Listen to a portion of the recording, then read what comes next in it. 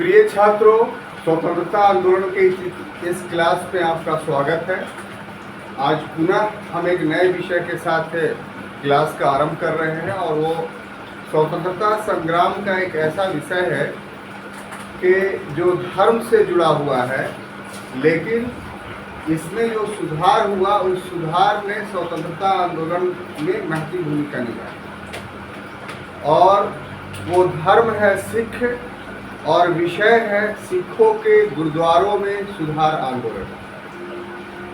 ऐसे तो हमारा राष्ट्रीय आंदोलन पूर्णतः एक राजनीतिक आंदोलन था, लेकिन 20वीं शताब्दी के दूसरे दशक में कुछ घटनाएं ऐसी घटित हुई जिसने ये प्रमाणित किया कि हमारा राष्ट्रीय आंदोलन सिर्फ राजनीतिक विषयों से संबंधित नहीं था, बल्कि ये धर्म और समाज के क्षेत्र में भी सुधार करना चाहता है। और इस राष्ट्रीय आंदोलन ने इस बात को प्रमाणित किया कि भारत के धर्म और समाज में जो बुराइयां पाई जा रही हैं, वो बुराइयां औपनिवेशिक शक्तियों को चारा और पानी दे रही हैं। यानी औपनिवेशिक शक्तियां भारत में जड़ें इसलिए जमा पाई क्योंकि सिर्फ हम राजनीतिक रूप से विरंखिल नहीं हुए थे, बल्कि हमारा समाज और हमारा धर्म भी काफ़ी कुरीतियों का शिकार हो गया था। और इस कारण से समाज एक जो शक्ति के रूप में स्थापित होना चाहिए था, वो निशक्त हो गया था। धर्म को जो एक प्रतिकार करना चाहिए था, उसमें शक्तिहीनता आ गई थी और इसका लाभ औपनिवेशिक शक्तियों ने हमारे देश में उठाया। यही कारण है कि जब गांधीयन युग का आरंभ होता है तो महात्मा गांधी सिर्फ राजनीतिक आंदोलन नहीं चला रहे होते हैं, बल्कि यहाँ के समाज और धर्म में भी हस्तक्षेप कर रहे होते हैं। और उसका एक बानगी है, एक उदाहरण है स्वतंत्रता आंदोलन में गुरुद्वारा सुधार आंदोलन। गुरुद्वारा सुधार आंदोलन एक ऐसा आंदोलन था जिसने सिख धर्म में सुधार तो किया ही, साथ ही साथ सिखों को राष्ट्रीय आंदोलन से अभिन्न रूप से जोड़ दिया। आपको पता होगा कि 1857 के विद्रोह को जब हम लोग पढ़ रहे थे तो हम लोगों ने क्या देखा था कि 1857 के विद्रोह के दमन में अंग्रेजों का जिन लोगों ने ज़्यादा साथ दिया था वो सिख और गोरखा थे। इसका अर्थ क्या था कि सिख और गोरखाओं का अंग्रेजों के साथ बहुत ज़्यादा घनिष्ठ संबंध। ऐसे में राष्ट्रीय आंदोलन सफल तभी होता जब ये सिख समुदाय जो है राष्ट्रीय आंदोलन के साथ जुड़ पाता। तो गुरुद्वारा सुधार आंदोलन एक ऐसी परिघटना है, ये एक ऐसी घटना है जिसके माध्यम से राष्ट्रीय आंदोलन के नेताओं ने सिखों को राष्ट्रीय आंदोलन से जोड़ने में सफलता प्राप्त। और आधार क्या बना? तो धर्म। धर्म का कौन स्वरूप? तो गुरुद्वारों में व्याप्त भ्रष्टाचार। यानी गुरुद्वारे में जो व्याप्त भ्रष्टाचार था उसको जैसे ही दूर किया गया, वैसे ही सिख समुदाय जो है वो राष्ट्रीय आंदोलन, खास तौर से असहयोग आंदोलन के समय से महत्वपूर्ण भूमिका निभाई। तो गुरुद्वारा सुधार आंदोलन के परिवेश में उसका ये परिप्रेक्ष्य, ये सर्कमस्टांसेस जो हमने आपको अभी अभी बताया, वो अपने मस्तिष्क में रखिए और उसके बाद गुरुद्वारा सुधार आंदोलन से संबंधित जो भी घटनाएं घटित हुई हैं, उन घटनाओं का समालोचनात्मक मूल्यांकन करते चले जाइए कि सर ने जो बातें बताई भूमिका के रूप में, वो किस हद तक और कहाँ तक सत्य है, जो उसमें कौन सी कमियाँ और रह गई। इतिहास का जब तक समालोचनात्मक अध्ययन हम लोग नहीं करते तब तक इतिहास से कोई निष्कर्ष नहीं निकल सकता। इतिहास वर्तमान में फलदायी नहीं हो सकता है। इतिहास एक मरा हुआ विषय नहीं है। इतिहास के बारे में कहा जाता है कि ये जीवंत है और जब तक इसकी जीवंतता बनी रहती है तभी तक सभ्यता और संस्कृति सुरक्षित रहती है। तो ऐसी परिस्थिति में आप सिर्फ अध्येता ही नहीं हैं, आप एक समालोचक हैं और घटनाओं के परिवेश में आपका दायित्व बनता है कि सिर्फ परीक्षा के दृष्टिकोण से ही नहीं पढ़ें, बल्कि घटनाओं को वर्तमान और समसामयिक दृष्टिकोण से पढ़ें ताकि समाज में सुधार हो और इसके साथ साथ जो है हम विकास के पथ पर अग्रसर हो। क्लियर? तो इस घटना का शुरुआत कुछ इस ढंग से किया जा सकता है कि पंजाब में, ये जो पंजाब शब्द लिख रहा है वो आज का पंजाब मत समझिएगा, इसमें वर्तमान पाकिस्तान का जो पंजाब का क्षेत्र है वो सब इसमें शामिल था। एक बहुत बड़ा सूबा था ये, ठीक है। पंजाब में सिखों में 1920 से लेकर के 25 तक, सॉरी ऐसे कर सकते, ठीक है। 1920 से लेकर करके 25 तक, ठीक है ना। गुरुद्वारे में व्याप्त भ्रष्टाचार, गुरुद्वारों में व्याप्त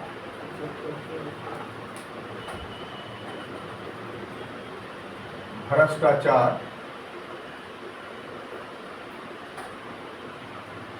के विरुद्ध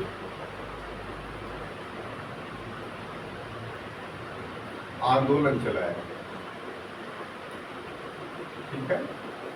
5 वर्षों तक ये आंदोलन चलता है और इस आंदोलन में साहब लगभग 30,000 गिरफ्तार हुए लोग,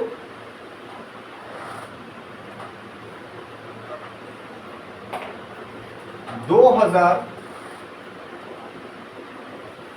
घायल हुए और 400 लोग की मृत्यु।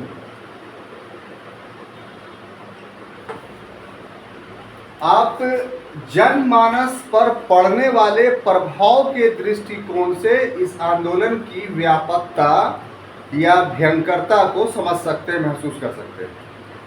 घटना क्या है, पहले घटना को हम लोग अवलोकन करते हैं कि पंजाब, यहाँ पर पंजाब का अर्थ वर्तमान समय में जो भारत का पंजाब राज है वो सिर्फ नहीं है, बल्कि पाकिस्तान का भी पंजाब राज इसमें शामिल है और पाकिस्तान का पंजाब राज भारतीय पंजाब राज से ज़्यादा विस्तृत और बड़ा है अभी वर्तमान समय में। इसका मतलब कि उस समय का पंजाब एक बहुत बड़ा सूबा था और इसमें 3 जातियां रहती थीं, सिख भी रहते थे, मुसलमान भी रहते थे और हिंदू भी रहते थे। इनका एक अच्छा खासा प्रोपोर्शनल रेशियो था उस समय और ऐसी परिस्थिति में यहाँ सिख समुदाय को ऐसे तो हिंदू समाज का ही एक भाग माना जाता है, लेकिन सिख एक अलग पंथ के रूप में स्थापित हैं, इस वास्तविकता से भी इनकार नहीं किया जा सकता है। तो ऐसी परिस्थिति में सिखों में लगभग 5 वर्षों तक, यानी 1920 से लेकर करके 1925 ईस्वी तक, कब से कब तक, 20 से 25 तक क्या हुआ, तो गुरुद्वारों में बहुत भ्रष्टाचार था। इस भ्रष्टाचार के विरुद्ध सिखों ने आंदोलन किया और इस आंदोलन का परिणाम अगर देखा जाए, रिजल्ट अगर देखा जाए, तो सफलता तो मिल गई, लेकिन उसमें जो मानव पर प्रभाव पड़ा वो बहुत व्यापक था। लगभग 30,000 लोग गिरफ्तार हुए, 2,000 गंभीर रूप से घायल हुए, जिनका बड़े पैमाने पे इलाज चला तब ठीक हुए और 400 लोग मारे गए। अपने धर्म में सुधार के लिए सिखों को 400 बलिदानियों की बलि देनी पड़ी, तब सिख जो धर्म का जो गुरुद्वारा जो पवित्र स्थल होते हैं वो भ्रष्टाचार से मुक्त हो पाया और सिख एक साफ सुथरे धर्म के रूप में हम लोग के सामने वर्तमान समय में स्थापित हुआ। यही नहीं, इस गुरुद्वारे की पवित्रता को जब सुरक्षित किया गया तो यही सिख समुदाय जो 1857 के विद्रोह में अंग्रेजों के साथ थे, असहयोग आंदोलन के दौरान अंग्रेजों के विरोधी हो गए और असहयोग आंदोलन में अपनी महती भूमिका दर्ज करवाई। तो इस परिवेश में इस गुरुद्वारा सुधार आंदोलन का काफी महत्व है। बात समझ में आ गई? अब देखिए साहब कि एक अलग शीर्षक बनाते हैं ताकि आपको बातें और अच्छी ढंग से समझ में आए। प्रश्न ये अब उठता है इस डेटा के बाद कि गुरुद्वारा में गुरुद्वारों में भ्रष्टाचार के कारण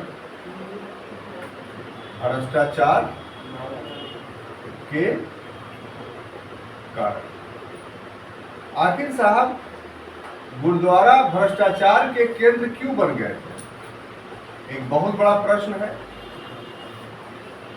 धर्म सुव्यवस्था लाने का एक साधन होता है, चाहे धर्म कोई भी हो। अगर धर्म में भ्रष्टाचार व्याप्त हो जाएगा तो फिर समाज की सुव्यवस्था समाप्त हो जाएगी। अगर समाज में सुव्यवस्था स्थापित नहीं है तो आप ये मान लीजिए कि इतिहास हमें बता रहा है, कि ये घटना हमें बता रही है कि धर्म में कहीं न कहीं पर कोई गलती हो रही है या धर्म को गलत रूप से हम अपनाए जा रहे हैं। और परिवेश में तो नहीं, लेकिन इस परिवेश में आपको स्पष्ट रूप से दिखाई पड़ेगा। आप देखिए कि कैसे गुरुद्वारा भ्रष्टाचार का अड्डा बन चुका था। क्लियर? तो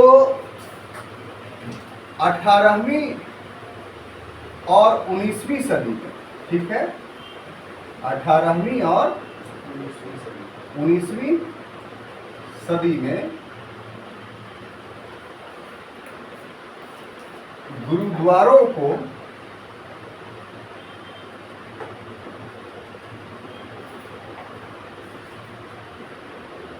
राजाओं ने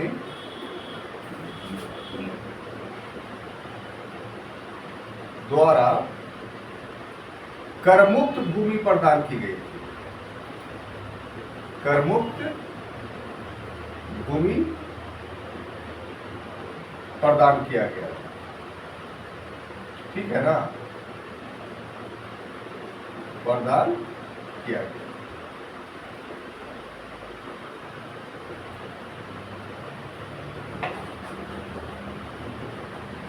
और इस भूमि की आय, इस भूमि की आय तथा चढ़ावे को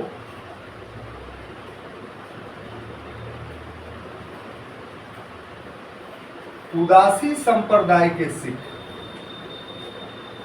उदासी संप्रदाय के सिख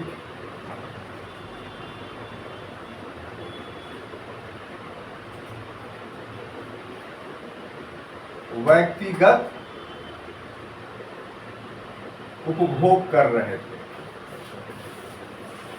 व्यक्तिगत उपभोग कर रहे थे। 1849 के पश्चात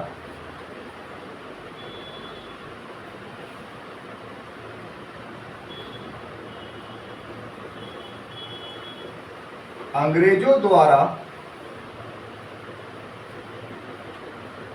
नियुक्त प्रबंधक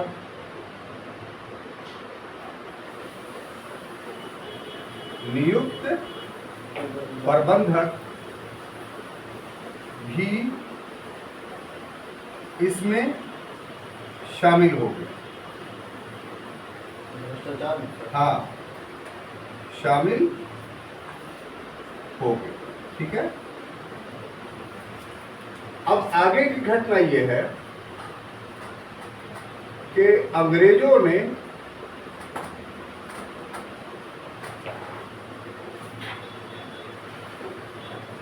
गुरुद्वारों का प्रयोग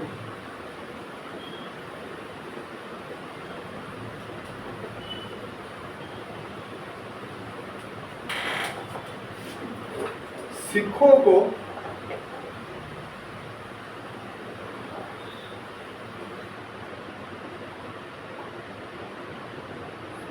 राष्ट्रीय आंदोलन से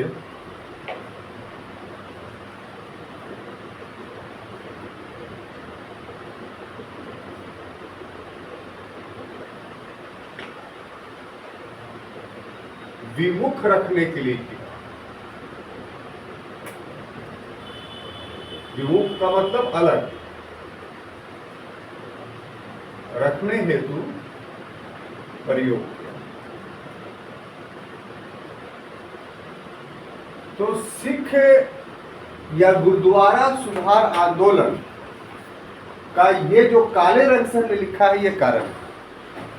ठीक है, इसको हम लोग समझते हैं कि आखिर 20वीं शताब्दी के दूसरे दशक में या दूसरे दशक के पश्चात अर्थात 1920 से 25 के बीच में गुरुद्वारा सुधार आंदोलन क्यों हुआ।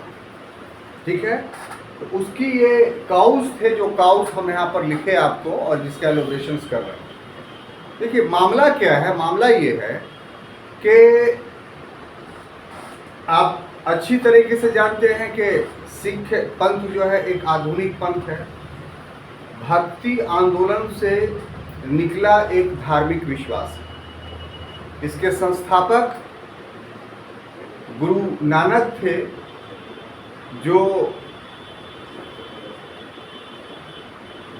1453 ईस्वी में उनकी मृत्यु हुई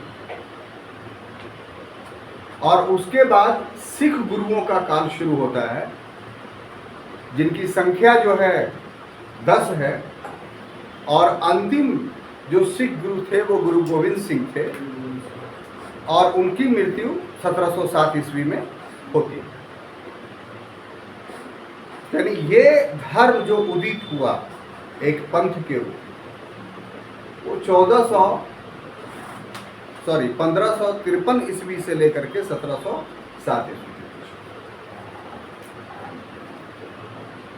और इस दरमियान में जो भी राजा हुए, यहाँ तक कि मुगलों ने भी, जैसे स्वर्ण मंदिर जो बना हुआ है वो मुगलों के द्वारा दान की गई भूमि पर बना हुआ है।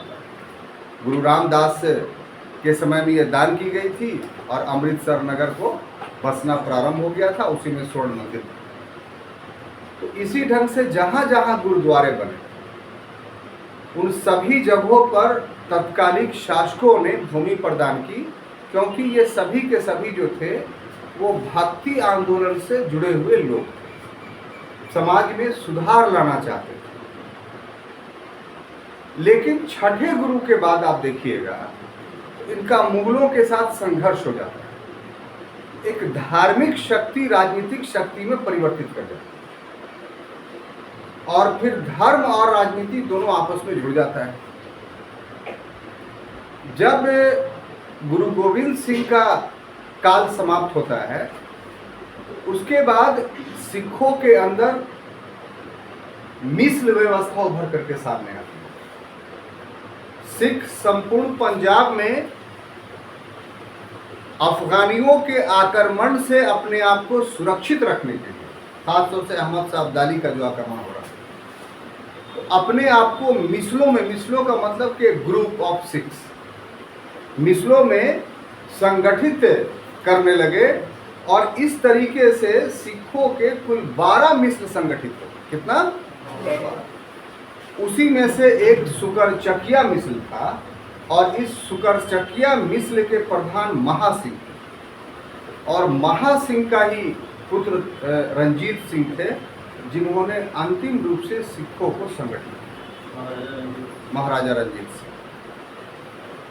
तो यहाँ तक के हिस्ट्री में आप देखेंगे कि गुरुद्वारा पूर्ण रूप से स्थापित है। बात समझ में आ रही है? थोड़ा सा ब्रीफ इसलिए कर दे रहे हैं कि सिख को समझ जाइए ताकि आपको ये घटना समझ में आए। तो ये पूरे क्रम में जो गुरुद्वारा था वो सिखों के धार्मिक और राजनीतिक गतिविधियों का केंद्र हो गया और उनकी पवित्रता का सबसे बड़ा प्रमाण था। लेकिन इन गुरुद्वारों में हुआ क्या कि सिखों का एक ग्रुप उभर करके सामने आया, जिसको हम लोग जानते हैं उदासी संप्रदाय। क्या? तो गुरु गोविंद सिंह ने सिखों की एक पहचान बनाई, जिनमें पहचान में था कि कच्छा, कड़ा, कृपान, कंघी और केश, ये 5 चीज उनकी पहचान थी। लेकिन ये जो उदासी संप्रदाय के सिख थे, ये दाढ़ी नहीं रखते थे, केश नहीं रखते थे, पगड़ी नहीं पहनते थे। तो आम तौर पे ये हिंदू माने जाते थे, और ये ऐसा इसलिए करते थे क्योंकि अफगानी आक्रमण से ये बच जाए, और सारे गुरुद्वारा इन्हीं के नियंत्रण में चला गया, उदासी सिख संप्रदाय के नियंत्रण में। मामला यहाँ से शुरू होता है। अब उदासी सिख संप्रदाय, सिखों में एक ऐसा संप्रदाय उभर करके सामने आया जो गुरुद्वारे का प्रबंधक हो गया, और गुरुद्वारा एक ऐसा केंद्र था जिस पर धन बरस रहा था। धन बरसने के 2 साधन थे, एक कि राजा महाराजाओं के द्वारा, खासतौर से रंजीत सिंह के द्वारा बहुत कम से कम सारे गुरुद्वारों को भूमि प्रदान की गई, करमुक्त भूमि प्रदान की गई। तो उन भूमियों से हर गुरुद्वारों की एक अच्छी आय, प्लस जो सिख वहां आते थे अरदास के लिए, आप लोग हिंदू लोग जाते हैं तो बोलते पूजा करने गए, मुसलमान लोग जाते हैं बोलते नमाज पढ़ने गए, तो सिख लोग गुरुद्वारे में आएंगे तो क्या कहेंगे? अरदास करने गए। क्लियर? ये सभी टर्मिनोलॉजी याद रखिए, वो भी कभी कभी पूछ दिया जाता है परीक्षा में। तो अरदास करने कोई भी सिख आता था तो चढ़ावा चढ़ाता था, इससे भी अच्छी आय होती थी। तो अब देखिए, चाहे भूमि से आए हो, चाहे अरदास के दौरान चढ़ाए गए चढ़ावे से आए हो, वो आय किसकी होनी चाहिए थी? गुरुद्वारा की, यानी उसमें सामूहिकता होना चाहिए था उस आय में। लेकिन उदासी संप्रदाय ने उसको निजी आय बना दिया, यहीं से गलती होती है। यानी उन्होंने कहा कि ये गुरुद्वारा का आय नहीं है, ये किसकी आय है? हमारी आय है। क्यों? क्योंकि हम गुरुद्वारा की सेवा कर रहे हैं। और अवैध और अधिक आय भ्रष्टाचार और विलासिता को जन्म देता है। यही हुआ सिख गुरुद्वारा में कि वहाँ भ्रष्टाचार और विलासिता पूरी तरीके से व्याप्त हो गया। Clear students? अब देखिए, एक घटना और घटता है, एक घटना और घटता है। वो घटना क्या? कि इस पंजाब को रंजीत सिंह के मृत्यु के बाद सिख संभाल नहीं पाए, और अंततः 1849 ईस्वी में डलहौजी ने संपूर्ण पंजाब को ब्रिटिश साम्राज्य में विलीन कर लिया, जीत लिया। 3 एंग्लो सिख युद्ध हुए थे, और तृतीय एंग्लो सिख युद्ध 1849 के बाद जो है पंजाब को ब्रिटिश साम्राज्य का अंग बना लिया गया, यानी ब्रिटिश साम्राज्य का एक प्रांत बन गया। अब अंग्रेजों ने एक नई नीति अपनाई, उससे भ्रष्टाचार का एक नया रूप उभर करके सामने आया, और वो नीति आई कि सिखों में से ही उन्होंने हर गुरुद्वारे में प्रबंधक, मैनेजर नियुक्त कर दिया। क्योंकि अंग्रेज जानते थे कि सिखों को कंट्रोल करना है तो गुरुद्वारे के माध्यम से कंट्रोल कर सकते हैं, और उदासी संप्रदाय के जो प्रधान थे वो उनके नियंत्रण में नहीं थे, तो उनको नियंत्रित करने के लिए एक प्रबंधक हर गुरुद्वारा में अंग्रेजों के द्वारा नियुक्त किया गया। क्लियर? और वो प्रबंधक क्या किया कि जो उदासी संप्रदाय के सिख प्रधान थे उनके साथ मिल करके भ्रष्टाचार और विलासिता को गुरुद्वारे में और बढ़ा दिया। और ऐसी परिस्थिति में अंग्रेजों का उद्देश्य ये हो गया कि हम इस गुरुद्वारे के माध्यम से सिखों को राष्ट्रीय आंदोलन से विमुख रखें और उनको अंग्रेजों के पक्ष में रखें। ऐसा उन्होंने नीति इसलिए अपनाई क्योंकि 1857 के विद्रोह में आप देखते हैं कि सिख बटालियन के माध्यम से ही, यानी सिख लोगों के माध्यम से ही अंग्रेज 1857 के विद्रोह को दबाने में सफल रहे थे। तो इसलिए उनकी आकांक्षा ये थी कि ये किसी भी तरीके से राष्ट्रीय आंदोलन से न जुड़ पाए। और कहिए तो अंग्रेज आरंभिक समयों में सफल भी रहे, लेकिन जब राष्ट्रीय आंदोलन धीरे धीरे ग्रेजुअली राष्ट्रवाद को स्थापित करने में सफल रहा, राष्ट्रवाद इतना प्रकाशित हो गया कि उसके प्रकाश के चकाचौंध से खिंच आने में सिख भी अछूते नहीं है। और वो कैसे हुआ? तो इस घटना के विरुद्ध सिखों में एक सुधारवादी आंदोलन हुआ। ठीक है, तो अब हम एक नई बात आपको पढ़ाने जा रहे हैं, और वो है कि ब्रिटिश नीति के विरुद्ध क्या चीज? ऊपर में तो ब्रिटिश नीति आप पढ़ लिया, जो कारण पढ़ लिया, जो कह लीजिए ब्रिटिश नीति के विरुद्ध, नीति के विरुद्ध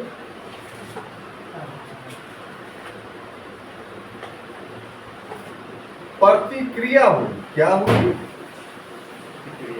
प्रतिक्रिया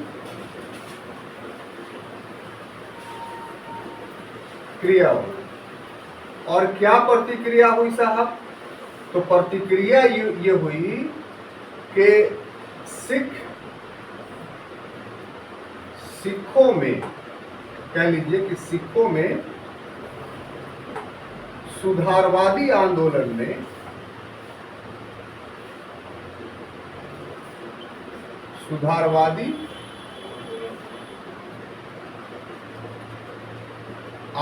में जन्म लिया। ठीक है, आंदोलन में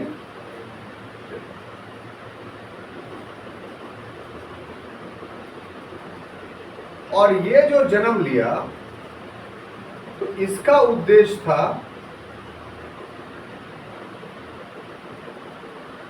कि गुरुद्वारों को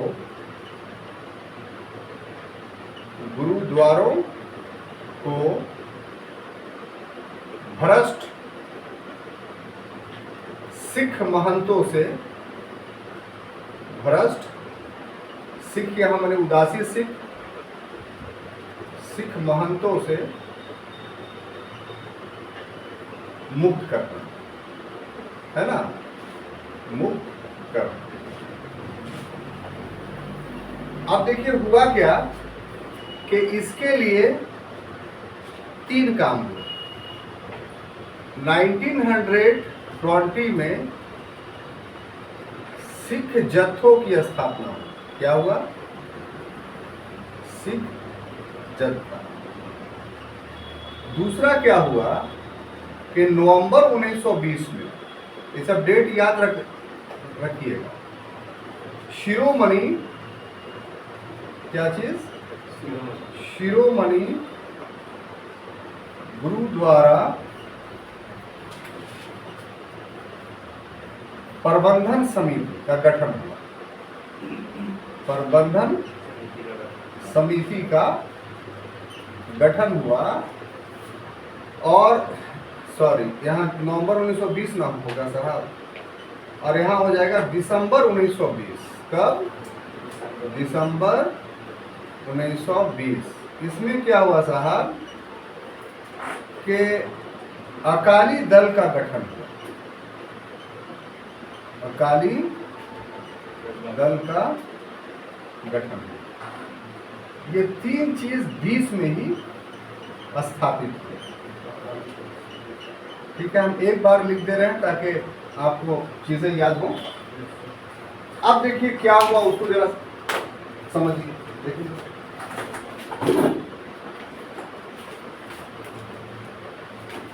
तो अब क्या हुआ उसको जरा समझते हैं कि ये जो परिस्थितियां थी, इसके विरुद्ध प्रतिक्रिया हुई या रिएक्शन हुआ।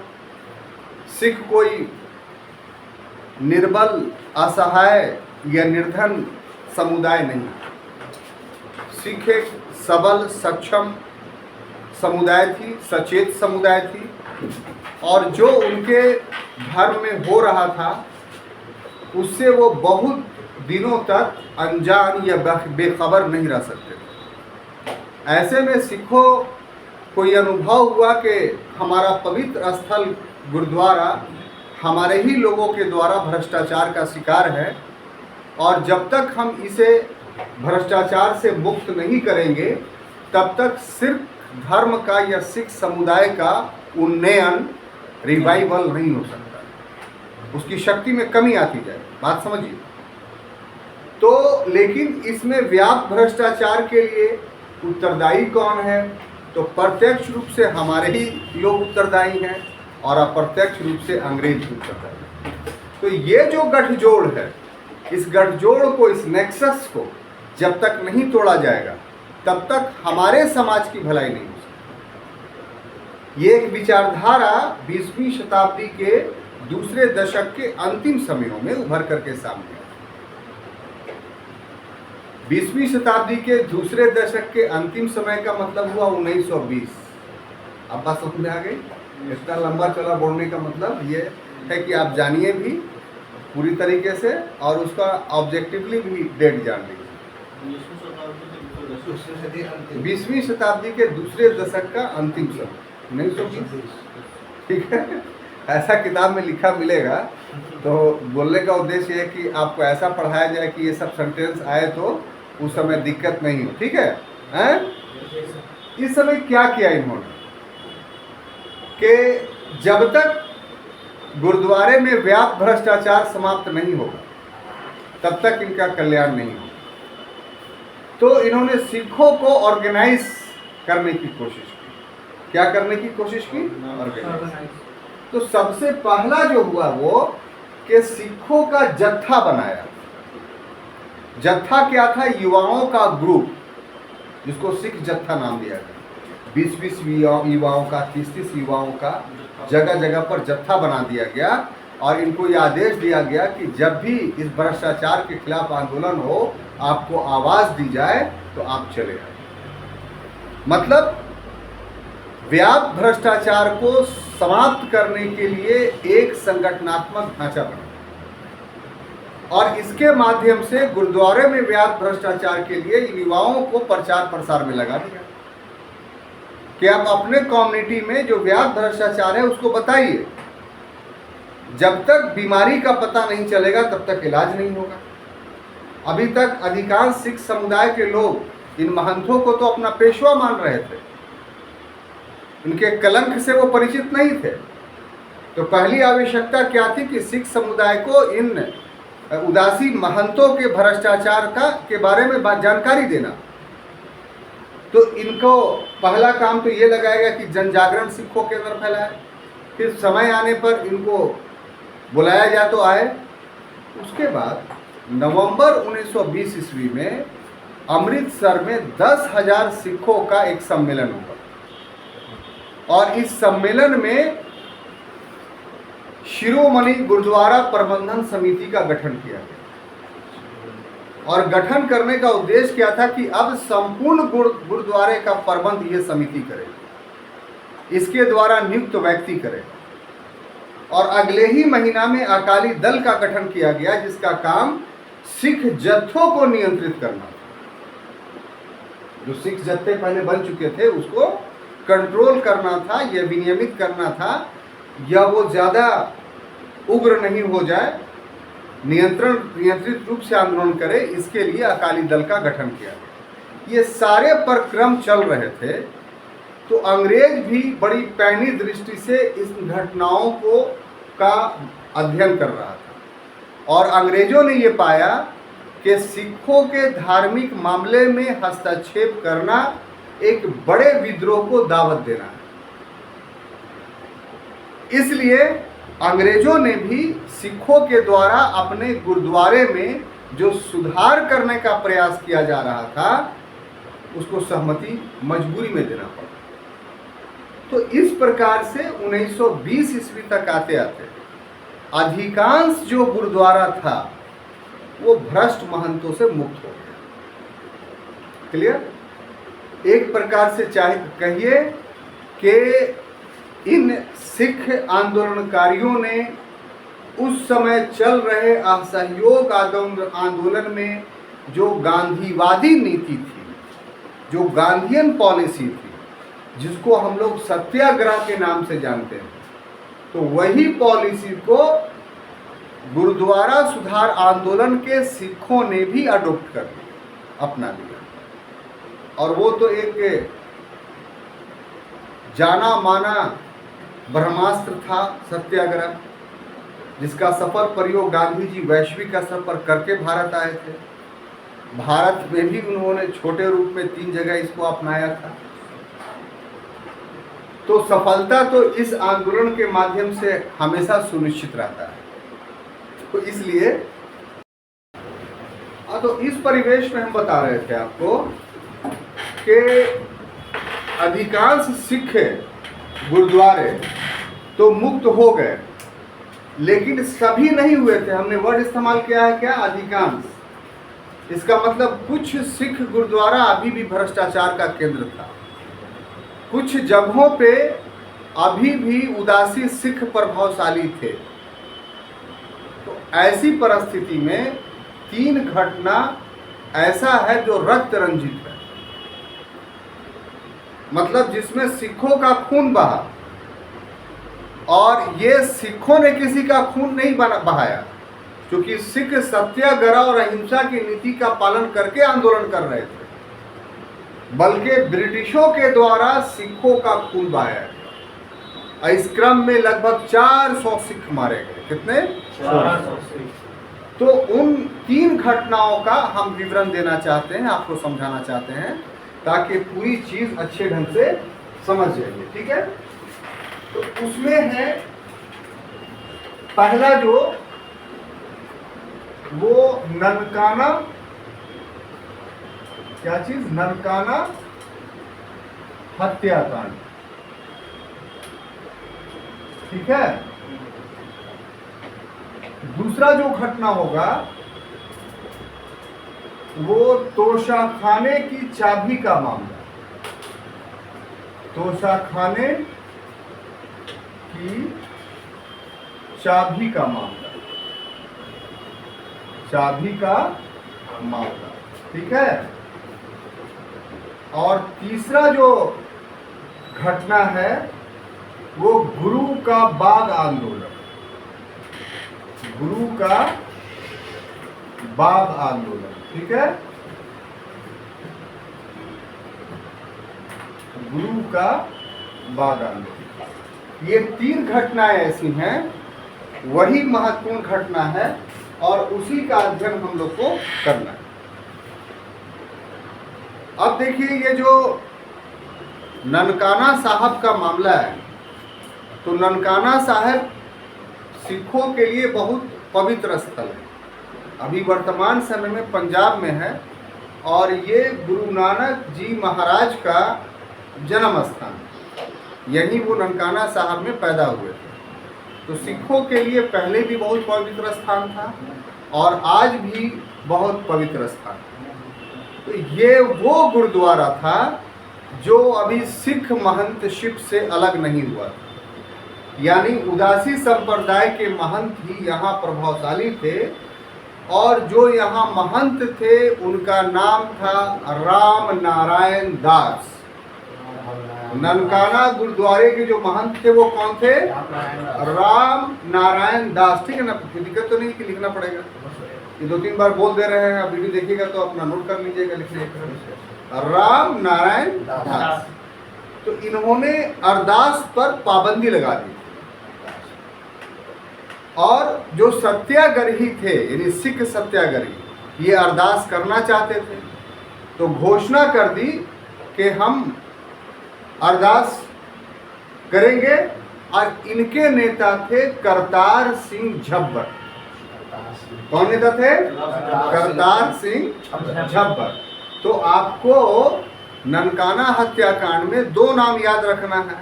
पहला नाम राम नारायण और दूसरा नाम राम नारायण दास कौन थे? महंत थे। और करतार सिंह झब्बर आंदोलनकारियों के नेता थे। ऐसे दिमाग में चला गया। अब 500 लठैतों को भाड़े पर ला करके राम नारायण दास ने नियुक्त कर रखा था उस गुरुद्वारे में, और उनको बंदूक से, तलवार से और लाठियों से लैस कर दिया था, परिपूर्ण कर दिया था। तो जब करतार सिंह झब्बर के नेतृत्व में सत्याग्रही अरदास के लिए पहुंचे तो राम नारायण दास के इन गुंडों ने उन सत्याग्रहियों पर आक्रमण कर दिया और एक ही समय में 100 सिख मारे गए। थोड़े बहुत नहीं जी, नहीं सिर्फ सत्याग्रहियों की तरफ, लेकिन ये लोग तो निहत्थे थे ना, ये लोग कैसे मारे गए? लेकिन धार्मिक जोश कभी काफी बहुत ज्यादा था, तो करतार सिंह झब्बर ने इसके बावजूद भी 100 कुर्बानियों के बावजूद भी ननकाना साहब गुरुद्वारे पर कब्जा करने में सफल हुआ और इस तरीके से ननकाना साहब गुरुद्वारा भ्रष्ट महंत के कब्जे से मुक्त हुआ, लेकिन रक्तपूर्ण क्रांति के बाद। Any confusion? अब आते हैं दूसरा तोशाखाने की चाबी का मामला। ठीक है, तो जैसा कि पूर्व में हम बताए कि शिरोमणि गुरुद्वारा प्रबंधन समिति का जब गठन हो गया तो अधिकांश गुरुद्वारे का प्रबंधन इनके पास में चला गया। तो जो स्वर्ण मंदिर अमृतसर का था उसका भी प्रबंधन शिरोमणि गुरुद्वारा प्रबंधन समिति के अधीन चला गया था, लेकिन वहाँ एक तोशाखाने थी, मतलब जहाँ पवित्र स्थल धन रखा जाता है, तो उसकी चाबी अभी भी सिख महंतों के पास थी, यानी वही उदासी महंतों के पास। उस समय पता नहीं चल पाया, तो इस चाबी के लिए सत्याग्रह हुआ, लोग दूर दूर से आने लगे। अंग्रेज नहीं चाहते थे कि पूर्ण रूप से प्रभाव उदासियों का समाप्त हो जाए, तो यहाँ पर भी अंग्रेजों ने उदासियों का साथ दिया। लेकिन जब हर जगह से सिख आकर के सत्याग्रह करने लगे तो अंततः जो है वो उनको कड़े कदम उठाने लगे। और कड़े कदम में क्या, तो गिरफ्तारियां होने लगी सत्याग्रही,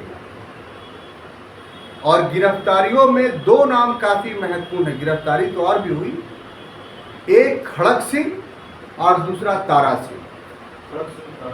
इस घटना में 2 नाम याद रखना पड़ेगा, खड़क सिंह और तारा। आप सीक्वेंस में बात करते चलिए तो आपको फौरन क्लास में आ जाए। खड़क सिंह, और कल लिख के दिखा दीजिएगा, आप क्लास में पढ़िए ऐसे कि घर में जाके 10 मिनट में 15 मिनट में इस घटना को लिख लीजिए, तब जो है आपको हमेशा के लिए। तो खड़क सिंह और तारा सिंह, खड़क सिंह इस समय जो थे वो शिरोमणि गुरुद्वारा प्रबंधन समिति के अध्यक्ष थे। क्या थे? अध्यक्ष। तो ऐसी परिस्थिति में जब इन लोगों की गिरफ्तारी हुई तो आंदोलन और उग्र हो गया। अंग्रेजों ने सोचा था कि गिरफ्तारी वगैरह करेंगे, डंडा वगैरह चलाएंगे तो क्या होगा, ठक ठा कर करके लोग भाग जाएंगे। लेकिन डंडा चलाने, गिरफ्तारी करने, डंडा चलाने का मामला ये कि सिख युवाओं पर बेरहमी से पीटा जाने लगा बात, और सिख युवा खून से लहूलुहान हो जाया करते थे, लेकिन हाथ पुलिस पर नहीं उठाते। इतने बड़े गांधीवाद के समर्थक बन चुके थे। तो ऐसे सत्याग्रह का मुकाबला बड़ी से बड़ी शक्ति नहीं कर सकती है विश्व में, कि जो खुद घायल होने के लिए तैयार हो लेकिन दूसरे को घायल ना करे, तो ये तो मारने वाले की पराजय हो जाती है वहां पर। और यही हुआ वहां पर। तो अंत में जो है अंग्रेज क्या करते, पूरे सिखों की हत्या कर देते। तो पूरे सिखों की हत्या कर दे तो हुकूमत किस पर करते? पंजाब के खेतों में काम कौन करता है, इनको कर कौन देता? भाई सांसारिक व्यवस्था चलाने के लिए मनुष्य तो चाहिए ना, कि बिना मनुष्य के ही कोई एक व्यक्ति संपूर्ण भूमि का राजा बन जाए तो जाओ बन जाओ। कौन तुमको राजा बोलेगा? अपने अपने राजा बकते हो, हम राजा हैं, हम राजा हैं, हम राजा हैं, बकते रहो। कौन तुमको टैक्स देगा? व्यवस्था कहाँ से चलेगी? तो इसलिए संभव नहीं है कि संपूर्ण जनता की हत्या कर दी जाए, तो झुक जाता है। और यही हुआ तोशाखाने की चाबी में। अंत में अंग्रेजों ने हस्तक्षेप कर तोशाखाने की जो चाबी थी वो खड़क सिंह के हवाले कर दी। और ये इतनी बड़ी घटना थी कि गांधी जी ने खड़क सिंह को तार भेज के कहा कि मुबारक हो आपको स्वतंत्रता संग्राम की पहली जीत। गांधी जी अभी आंदोलन कर रहे थे, 1921 की घटना है। असहयोग आंदोलन का भाग था गुरुद्वारा सुधार आंदोलन, कोई अलग नहीं था, हमने शुरू में ही आपको बताया। तो इस गुरुद्वारा सुधार आंदोलन ने असहयोग आंदोलन को पहली जीत दी। इसीलिए गांधी जी ने तोशाखाने की चाबी सौंपे जाने पर ये तार के द्वारा मैसेज भेजा खड़क सिंह को कि आपको स्वतंत्रता आंदोलन की पहली जीत मुबारक हो। यह ऑब्जेक्टिवली याद रखिएगा मिश्रा जी, हो सकता है यही पूछ दे कि किस आंदोलन में किसने कैसे क्या कहा, तो ये क्लास में ही अवसर मिलता है कि इसको दिमाग में बैठा लिया जाए। अब देखिए तीसरी घटना क्या है, गुरु का बाग आंदोलन। ये पंजाब में खांडेवाला एक जगह है, क्या खांडेवाला नाम याद रहेगा? Yes sir. यहीं के रहने वाले लोग खांडेवाल कहलाते हैं। बहुत सारे सिख सुने हैं, फलाना सिंह खांडेवाल, तो ये टाइटल है। तो एक्चुअली में खांडेवाला के रहने वाले होते हैं, इसलिए खांडेवाल कहलाते हैं। क्लियर? हिंदू में भी लोग खांडेवाल जो है वो उपाधि रखते हैं। तो यहाँ भी गुरु का बाग एक गुरुद्वारा था। क्या चीज? गुरु का बाग नामक एक गुरुद्वारा ही था। ये गुरुद्वारा उदासी सिख महंतों से मुक्त हो गया था, उदासी सिख महंतों से मुक्त हो गया था। लेकिन कुछ जमीन जो थी वो उदासी सिख महंतों के पास थी। तो गुरुद्वारे में अरदास के लिए जब सभा हो रही थी तो खाना वाना बनाने की आवश्यकता थी। जानते हैं कि गुरुद्वारा में खाना बनता है।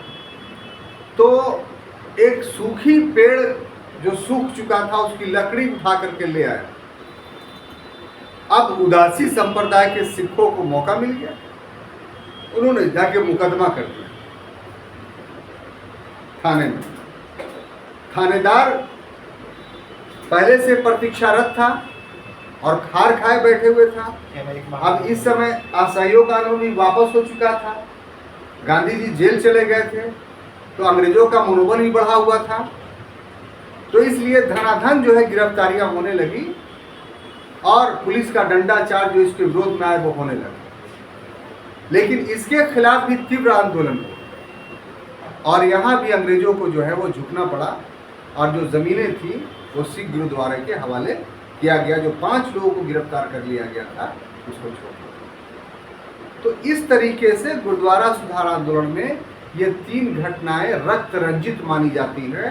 हालांकि संपूर्ण गुरुद्वारों को अपने अधीन लेने में सत्याग्रह के माध्यम से ही आंदोलनकारी सफल हो गए और बाद में चल करके शिरोमणि गुरुद्वारा प्रबंधन समिति ने राष्ट्रीय आंदोलन में बहुत महत्वपूर्ण भूमिका निभाई। लेकिन आज़ादी के बाद यह जो घटना 1920 वाली है,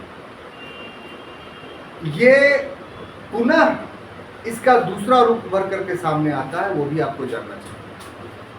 और दूसरा रूप क्या कि इस सुधार आंदोलन में 3 तरह के सिख शामिल हुए थे। एक सिख जो सुधारवादी थे, दूसरा सिख ऐसा जो शुरू से ही सत्ता के समर्थक रहे, ब्रिटिश सत्ता के नहीं, किसी भी सत्ता के, ब्रिटिश सत्ता के नहीं, किसी भी सत्ता के, ऐसे मान के चलो। और तीसरा ऐसा कि जो धार्मिक मनोवृत्ति के रहे। तो अब देखिए कि जब 1920-22 में 25 में अंग्रेजों ने भी हथियार डाल दिए और शिरोमणि गुरुद्वारा प्रबंधन समिति को मान्यता दे दी और कहा कि यही सब सिखों का मामला देखें, तो यह आंदोलन समाप्त हो गया। तब इससे संपूर्ण सिख जो जुड़े हुए थे वो अलग अलग हो गए। कुछ सिख पुनः अंग्रेजों के पक्ष में चले गए, जो सुधारवादी थे वो कांग्रेस में जाकर के मिल गए, और जो धार्मिक विचारधारा के थे उन्होंने अकाली दल को प्रमोट करना शुरू किया। और पहले जो पंजाब का माहौल था कि जो 3 जातियां रहती थी, सिख, हिंदू और मुसलमान, तो आपको ये जानना चाहिए कि जो शिरोमणि गुरुद्वारा प्रबंधन समिति का जो आंदोलन चला उसमें भागीदार सिर्फ सिख नहीं थे, हिंदू भी थे, मुसलमान भी थे। लेकिन इस आंदोलन के समापन के बाद 25 के बाद जो कट्टर सिखों ने अकाली दल पर कब्जा कर लिया, तो इन्होंने गांव-गांव में जाकर के सिखों को हिंदू और मुसलमानों के खिलाफ संगठित किया और इस वजह से इससे सांप्रदायिकता का भी जन्म हुआ। तो ये इस आंदोलन के बंद होने के बाद एक नकारात्मक पक्ष भर करके सामने आया और यही वो तारा सिंह थे जिनके माध्यम से अलग खालिस्तान की मांग आज़ादी से पहले ही से की जाने लगी। बात सुन रही? ये संपूर्ण पूरा अध्ययन था। हम समझते हैं कि आप गुरुद्वारा सुधार आंदोलन पूरी तरीके से समझने में सफल रहे। धन्यवाद।